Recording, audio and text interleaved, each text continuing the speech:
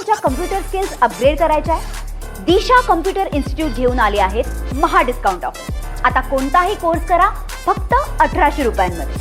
अधिकारी आहेत, आमदार आहेत, ते त्यांच्या संपर्कात आहेत. संजय शिरसाटांनी त्यांच्या पक्षाचं पाहावं.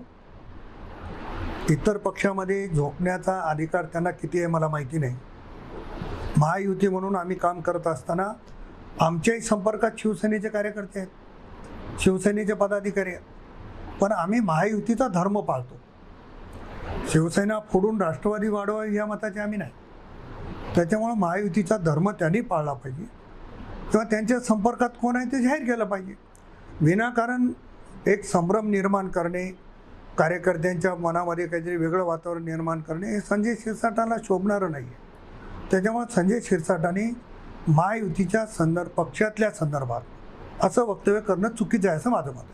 दादा माणूस जेव्हा होता त्यावेळेस असं कोणी हिंमत करत नव्हतं, मात्र आता कुठेतरी अशी वक्तव्य करून राष्ट्रवादीमध्येच संभ्रम निर्माण करणे. मी तुम्हाला आजही स्पष्टपणानं सांगतो, राष्ट्रवादी काँग्रेस पार्टी आदरणीय सुनेत्रा वहिनीच्या पाठीमागे 100% आहे. एकही आमदार किंवा कुठला पदाधिकारी नाराज नाही.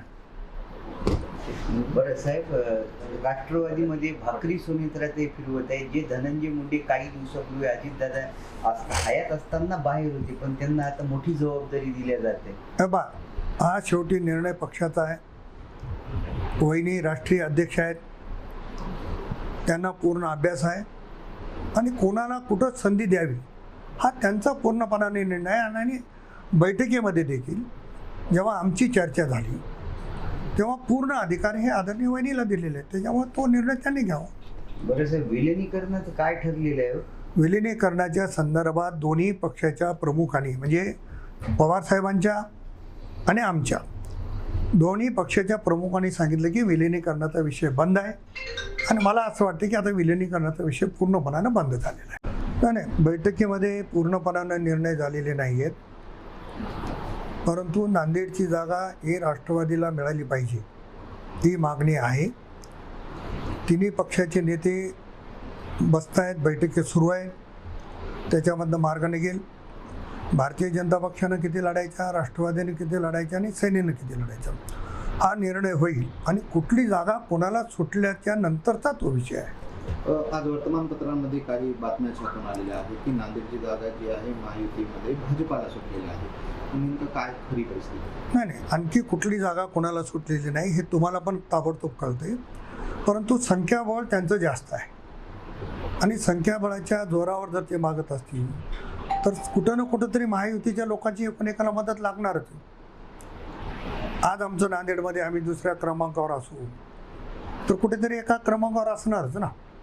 तर तिथे त्यांना गरज आहे. हे समीकरण महायुतीचं होईल, त्याच्यावर निर्णय होईल. पुण्यातही तसा तेढ निर्माण झाला आहे. पुण्यातही राष्ट्रवादी जागा मागते.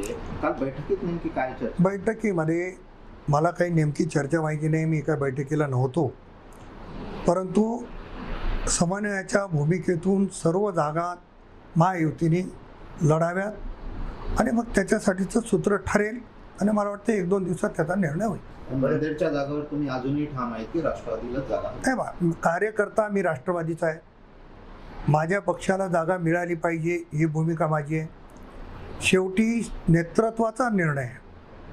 माननीय मुख्यमंत्री उपमुख्यमंत्री जो निर्णय घेतील तो आम्हाला मान्य करावा लागणार. काल संजय शिरसाट असं म्हणाले की अनेक राष्ट्रवादीचे जे कार्यक्रम. मला तुमच्या कम्प्युटर स्किल्स अपग्रेड करायच्या आहे? दिशा कम्प्युटर इन्स्टिट्यूट घेऊन आले आहेत महा डिस्काउंट ऑफर. आता कोणताही कोर्स करा फक्त 1800 रुपयांमध्ये.